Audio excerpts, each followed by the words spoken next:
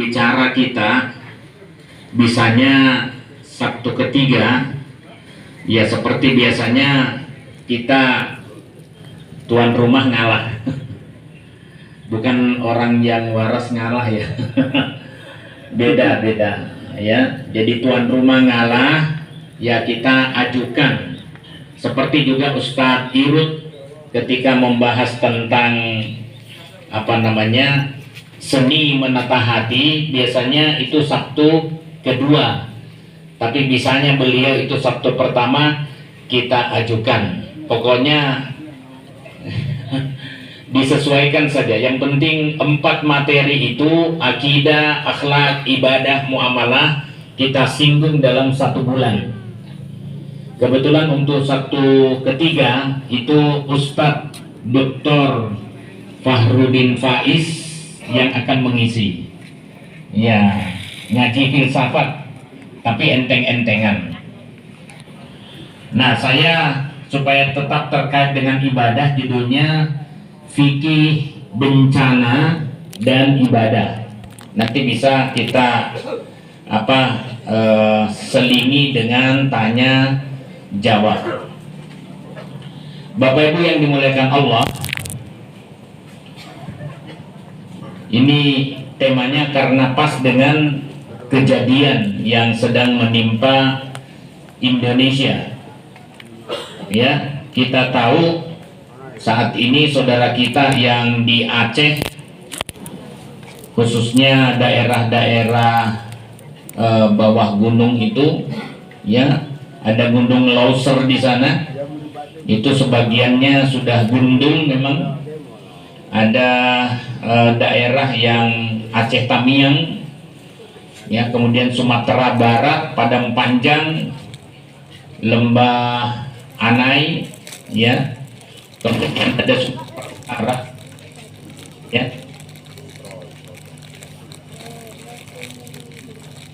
ya, biar saya gimana susahnya kan.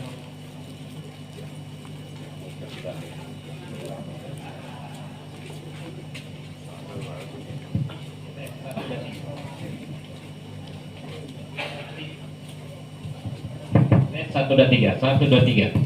Baik. Ya, sedang ditimpa musibah. Ya, kita doakan semoga saudara kita bisa sabar menerima ini. Yang sakit bisa segera sembuh. Yang meninggal dicatat sebagai syahid minas syuhada, dari orang-orang yang syahid yang insya Allah akan mendapatkan ganti yang lebih baik berupa surga. Kita doakan, Allahumma ajurna fi musibatina wa akhlif lana khairan minha. Allahumma inna na'udzubika min jahdil bala wa darkis syaqa wa su'il qada wa syamatatil a'da. Ya Allah, kami berlindung kepadamu dari beratnya ujian, dari himpitan penderitaan, dari jeleknya hukuman, dan dari hinaan musuh. Amin, amin, ya rabbal alamin. Bapak Ibu yang dimuliakan Allah, ujian itu sebuah kemestian. Tidak ada yang hidup di dunia ini, apalagi dia mengaku beriman, dibiarkan begitu saja mengatakan amanna wa hum la yuftanun, mengatakan kami beriman dan tidak diuji lagi keimanannya itu. Kalau dalam Al-Quran itu bisa kita temui dalam Quran surat 29 ayat 1 sampai 3. Alif lam mim, ahasiban nasu ayyutraku ayyakulu amanna wa hum la yuftanun. Apakah manusia itu mengira akan ditinggalkan, dibiarkan untuk mengatakan kami beriman dan mereka tidak diuji lagi? Walaqad fatanna alladziina min qablihim falaya'lamannallahu alladziina shadaqu walaya'lamannal kadhibin. Dan sungguh benar-benar kami uji orang-orang sebelum mereka. Jadi orang dulu juga diuji. Dan Allah sungguh mengetahui siapa yang imannya benar dan siapa yang imannya bohongan. Hanya pengakuan saja. Ya. Dalam Al-Baqarah ayat ya 10, 11, 12 dan seterusnya sekitar itu orang-orang munafik itu mengatakan kami ini hanya memperbaiki, tidak untuk merusak, padahal aslinya merusak. Ya, itu sifat orang munafik. Ya, setelah Allah bukakan kita dan melihat dengan mata kepala lewat siaran televisi yang tadinya sebelum siaran itu dimunculkan itu masih bisa membantah ini adalah bencana alam, tapi ternyata kita lihat pohon-pohon banjir disertai dengan pohon-pohon yang sudah digergaji. Ada namanya lagi pohon itu, sehingga terdeteksi siapa yang sebenarnya melakukan pembalakan liar. Gampang sekali untuk mengetahui itu. Ya, siapa yang memberikan izin terhadap pengusaha-pengusaha hutan? Ya, itu kelihatan. Anda searching di internet itu sudah menjadi rahasia umum. Rahasia kok umum ya? Maksudnya semua orang bisa tahu gitu, ya, bisa mengetahui. Itu maaf ya, pemberian izin yang berlebihan itu sampai 1,62 juta hektar. Itu kelihatan itu. AI saja bisa menjawab itu. Ya. Nah, kemudian eksekusinya yang terbesar itu pembalakan liar di Indonesia itu 2016. Coba saja dilihat. Pada masa menterinya Siti Nurbaya. Maaf. SB, SN. Inisial. Sudah terlanjur. Sudah menjadi rahasia umum. Coba saja bisa diketahui siapa pengusaha yang melakukan penggundulan hutan itu sudah masuk di kita semua. Ya, supaya maksudnya apa? Diusut benar-benar. Diusut benar-benar. Karena ini bencana luar biasa, sangat-sangat luar biasa. Kalau bencana itu memang tetap akan terjadi. Kalau dalam Quran itu ada 10 istilah kebencanaan. Ini saya ambilkan dari HPT 3, Himpunan Putusan Tarjih 3, halaman-halaman terakhir, bab terakhir itu fikih kebencanaan. Dari halaman 599 sampai ibadah di tengah bencana itu, saat bencana itu pada halaman 679. Dan bukan hanya teori, bukan hanya panduan bagaimana Al-Quran berbicara tentang musibah, tentang bencana, tapi langsung berikan solusinya. Ketika saudara-saudara kita terkena bencana, Tarjih itu ngasih tuntunan Muhammadiyah, makanya MDMC-nya, ya, apa itu Muhammadiyah Disaster Management Center, ya, jadi pusat manajemen Muhammadiyah untuk bencana itu sudah turun. Dana Bapak Ibu yang Ibu sumbangkan Sabtu lalu itu juga sudah disalurkan. Ya, nanti kemudian disusun dengan lembaga resilience bencana. Apa itu? Lembaga yang menangani ketangguhan bencana. Karena dahsyat ini. Ya, fisik kena, jiwa melayang, kemudian harta benda habis, desa bergeser. Ya. Itu dahsyat, itu betul-betul luar biasa. Ya, luar biasa. Kalau kita lihat, nah itu perlu pendekatan psikis, ya, untuk membangkitkan kembali, tapi sesuai dengan tuntunan Quran.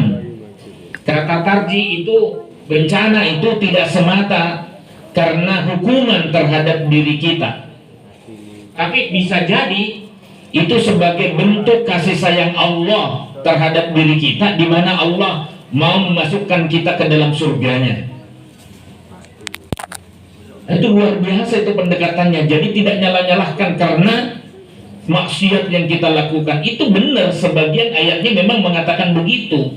Karena kemaksiatan kita, karena bebal, tidak mau mendengar, sehingga Allah kasih hukuman langsung. Ya. Nah, kita lihat misalnya 10 istilah itu apa?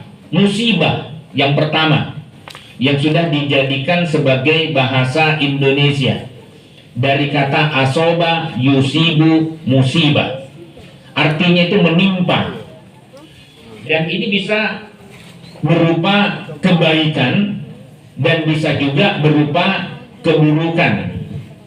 Ya, nanti dibaca Quran surat 4 ayat 79. Ya. Kemudian hadis sahih riwayat Muslim, di situ dikatakan oleh Nabi sallallahu alaihi wasallam, ajaban li amril mukmin, sungguh ajaib perkara orang mukmin. Ketika inna amrohu kullahu khair, semua perkaranya itu selalu bagus. Walaysa dzaka li ahadin illa lil mu'min, dan itu tidak terjadi seperti itu kecuali bagi orang yang beriman. Kita beriman dengan takdir, ya. Takdir itu ada takdir baik, ada takdir buruk. Nah, orang mukmin ini sikapnya insya Allah kalau dia menjalani agamanya dengan benar.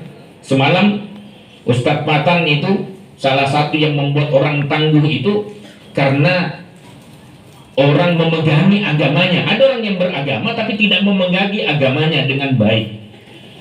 Dia beragama, dia muslim, tapi dia tidak memegangi agamanya. Bagaimana mau memegangi? Dia tidak pernah menyempatkan waktunya untuk ngaji, sibuk saja dengan dunia. Coba kalau misalnya dia ngaji dengan benar, itu dia terima. Nah, ini ajaibnya, luar biasanya orang beriman.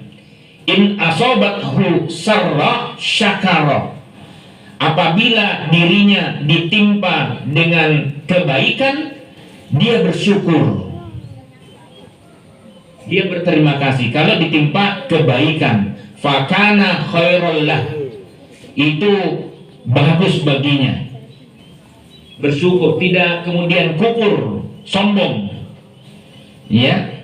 Kemudian wa in asobathu darra, dan apabila ditimpa dengan kesusahan, musibah yang menyakitkan, sobaro, dia bersikap sabar. Fakana khairallah, itu pun baik baginya. Jadi sikapnya syukur, sabar. Kalau tidak sabar, ya syukur. Nah, makanya kita mau meneguhkan keimanan kita pagi ini. Yang kedua, artinya bala. Bala itu ujian, pemberian. Nah, ujian ini pun bisa berupa kebaikan dan juga bisa berupa keburukan. Wa balawnahum bil hasanati was sayyi'at la'allahum yarji'un. Quran surat 7 Al-A'raf 168. Kami uji mereka bil hasanat, dengan kebaikan-kebaikan, was sayyi'at, dan keburukan-keburukan. La'allahum yarji'un, semoga mereka mau kembali ke jalan yang benar, mau kembali kepada Allah. Ya, ada 10, ini baru 2, tapi kita tidak akan bahas ya panjang lebar. Nanti ada fitnah, ada azab, ada fasad, ada halak, ada tadmir, pembinasaan atau kehancuran, ya, ada tamzik, ada iqab, ada nazilah. Kunut nazilah itu munculnya di sini istilahnya.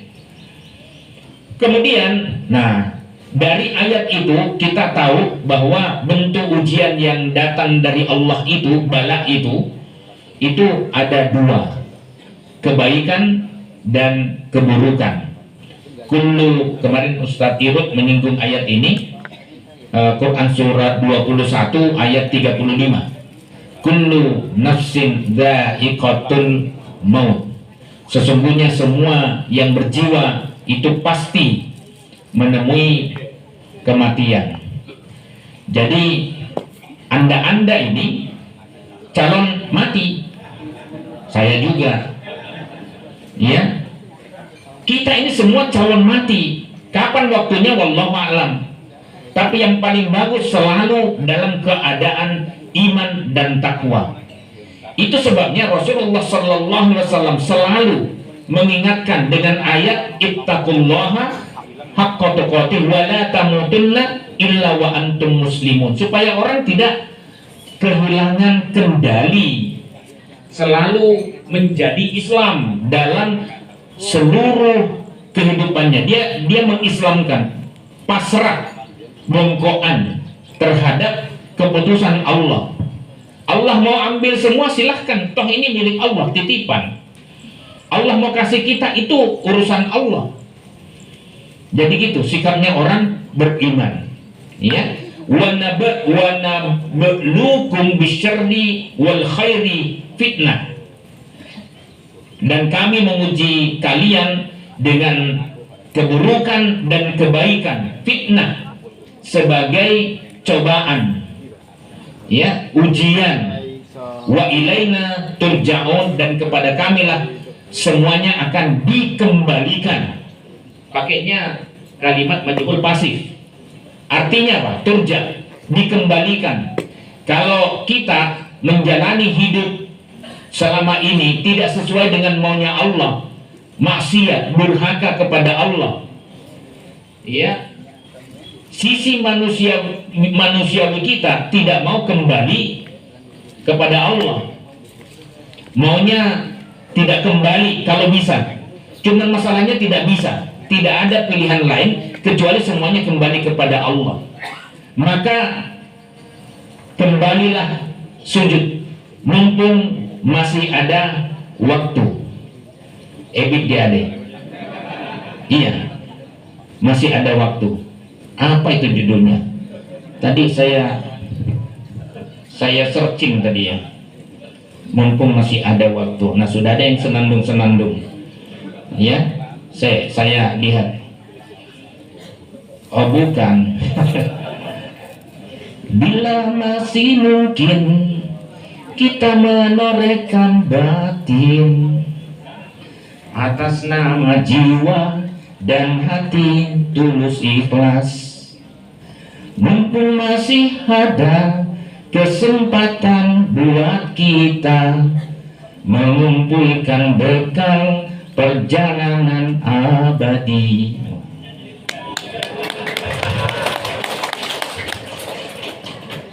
Tolong celengan dikelilingkan. Ini refleksi kok, ya. Renungan. Tapi bagus, Ebit itu disebut dengan penyanyi yang religi. Kenapa dia sangkutkan dengan ayat-ayat Allah untuk kita refleksi? Karena ada yang dikasih ceramah tidak mempan, misalnya masuk lewat lagu. Nah, Ebit itu sebagai alumni sekolah Muhammadiyah, MUHI Muhammadiyah 1 Yogyakarta, beliau dari Banjar, itu kasih ingat kita lewat lagu. Ya, nah itu. Jadi silahkan Anda berkreasi, dan beberapa kali kita sudah undang ya untuk sholawat bareng ya di pengajian kita. Ya. Nah, saya lanjut baca ayatnya, walaupun banyak permintaan. Nanti aja.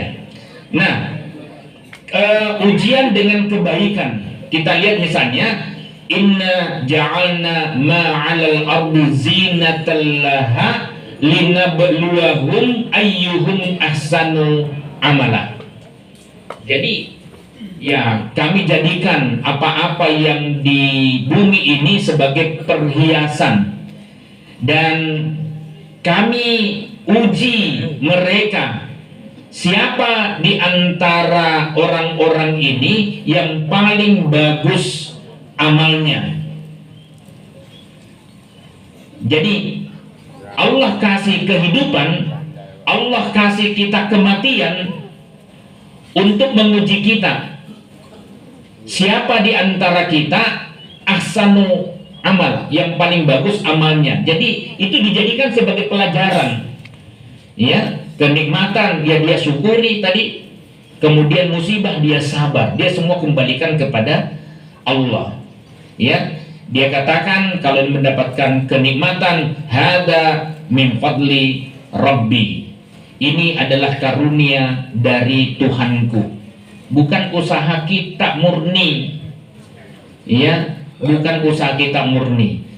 Nah, kemudian apa lanjutnya? Liyabluwani ashkur am akfur, supaya untuk saya diuji dengan kenikmatan berupa istana, ya, Nabi Sulaiman ini, ya, apakah saya bersyukur ataukah kufur, tidak mengakui bahwa semua yang kita dapatkan dari Allah. Itu ujian kita. Apakah saya bersyukur? Kalau dia bersyukur, dia katakan alhamdulillah, dan dia ikuti apa maunya Allah. Nah, nyahnyo, sedekah berbagi. Ya. Tapi kalau kufur, ini kan hasil usaha saya sendiri. Ya, tidak ada kaitannya dengan mereka-mereka yang terkena ya takdir kemiskinan. Ya, itu kan karena dia malas. Ya, ada orang yang rajin tapi kena musibah juga. Berusaha berkali-kali, jatuh bangun, jatuhnya lama. Bangunnya sebentar, jatuh lagi. Ada yang begitu. Iya, capeknya terus. Ada yang berusaha sedikit, kemudian nikmat. Jatuh sebentar, berat, kemudian bangkit lagi. Nah, ini karena karakter. Anak muda kita kumpulkan semalam itu supaya punya ketangguhan. Karena kita kenal lah, generasi Gen Z itu rentan, ya, rawan pecah. Disebut juga dengan generasi strawberry. Kena masalah sedikit, bunuh diri. Ya, bunuh dirinya juga tidak pas di pohon tomat. Nggak mati lah, ya syukur maksudnya gitu, alhamdulillah. Ya, dia tidak menjadi manusia yang rentan, ya, rentan. Kita mau kuatkan, kita mau kuatkan dengan spiritual, modal spiritual dan adab akhlak. Kita tahu lah ya bagaimana anak-anak muda sekarang itu adabnya agak kurang terhadap orang tua. Iya. Jangan menyebut nama ya, enggak enak. Gibran enggak enak, jangan. Oh, astagfirullah. Itu dari hati yang terdalam. Mudah-mudahan mereka beliau menjadi baik. Amin. Baik, saya lanjut. Bisa juga dengan keburukan berupa musibah yang menyakitkan dan menakutkan, yang membuat kita putus asa dan frustasi.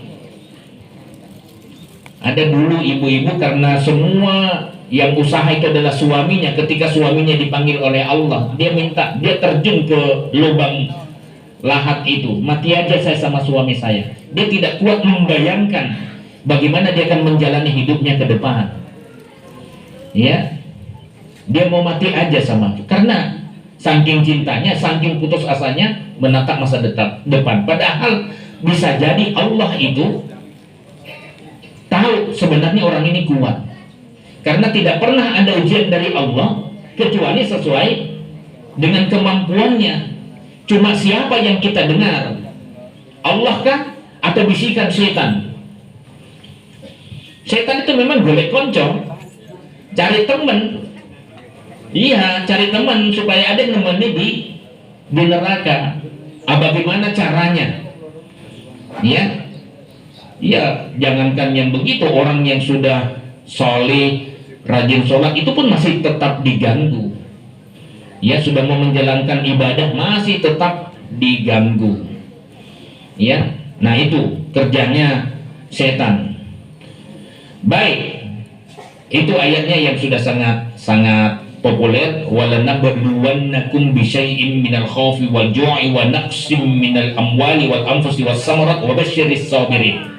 Sungguh benar-benar kami akan menguji kalian. Ini musibah ya, bentuknya musibah yang menyakitkan. Ya, dengan ketakutan, wajud kelaparan, wa naqsim minal amwali wal anfus, kekurangan atau bahkan kehilangan harta dan jiwa, was samarat, dan buah-buahan. Ya, wa basyiris sabirin, karena ini adalah sebuah kemestian. Ujian itu, musibah itu, tapi Allah mau menghibur dan berikan kabar gembira pada orang yang sabar. Siapa itu? Alladzina idza asabathum musibah, yaitu orang-orang yang ketika mendapatkan musibah dia semuanya kembalikan kepada Allah. Qalu inna, sesungguhnya kita, lillah, milik Allah. Wa inna, dan sesungguhnya kita, ilaihi, kepada Allah lah, raji'un, nanti sama-sama kembali. Tidak ada yang tidak kembali. Ya, baik. Nah, itu kira-kira. Kemudian macam-macam bencananya ini yang harus kita pelajari. Fikihnya di sini, memahami bencana, karena fikih itu artinya paham. Ya, kalau fikih itu al-fahmul amik, pemahaman yang mendalam. Apa sih kata Quran? Apa sih kata Allah dalam Al-Quran? Ini sebagai panduan kita. Pertama, kalau di tardi itu di sini ada dua saja, ya. Karena bencana alam,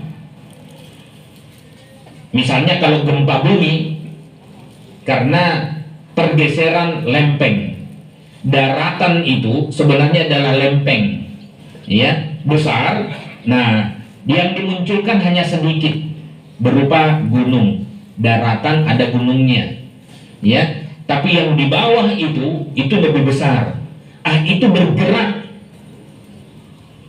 Kata Allah, wa taral jibal, kamu perhatikan gunung-gunung itu, tahsabuha jamidah, kamu kira dia diam di tempatnya, wahia tamur, padahal dia itu bergerak. Coba, mana ada kitab suci yang menginformasikan pergerakan di bawah laut itu? Kecuali Al-Quran, ada tidak? Tidak ada, kecuali Quran. Kalau bukan buatan Tuhan, tidak mungkin tahu sampai sedalam ini. Ya, subhanallah. Nah ini, ya, meresahap seperti bergeraknya awan. Jadi kadang bersentuhan, ketika bersentuhan gempa. Ada juga yang api di dalam laut.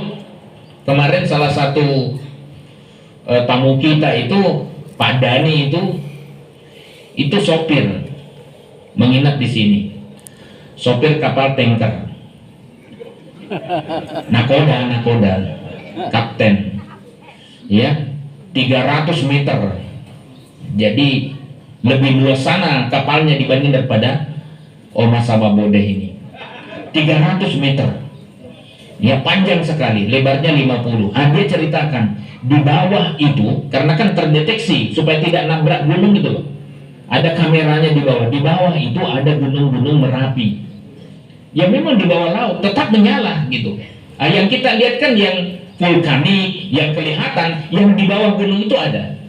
Di daerah Indonesia Timur juga ada. Ya, Sulawesi Tengah itu, daerah Luwu itu ada juga. Yang kadang kalau airnya turun itu keluar. Tidak ada yang menginformasikan ini kecuali Quran. Ya, Maha benar Allah dengan segala firman-Nya. Kalau masih ragu juga, nah itu artinya tidak mau baca Quran. Ya, sun Allahil ladzi atqana kulla syai'. Allah yang membuat kokoh terhadap yang ini, semua ciptaan Allah itu. Ya, pergeseran untuk memberikan tempat yang terbaik. Pulau Jawa itu kalau misalnya Anda baca dalam ratusan tahun ke depan itu kelelep oleh Australia, kena tabrak. Ya. Tenang Pak, tenang, tidak sekarang. Ya. Tidak sekarang.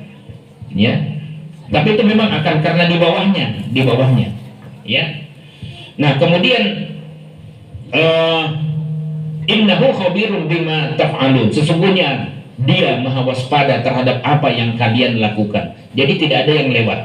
Yang kedua, bencana non alam. Lah inilah yang ayat yang sering disinggung dan kita ketahui bersama, dhaharul fasad fil barri wal bahr. Telah terjadi kerusakan al-fasad di daratan dan di lautan. Bima kasabat aydin nas. Akibat perbuatan tangan-tangan jahat manusia. Liyudhiqahum ba'dal ladzi 'amilu la'allahum yarji'un. Supaya mereka juga merasakan sebagiannya atas perbuatan yang mereka lakukan, supaya mereka kembali setelah terjadi akibat itu. Syukur kalau sebelum terjadinya akibat itu. Makanya perlu pakai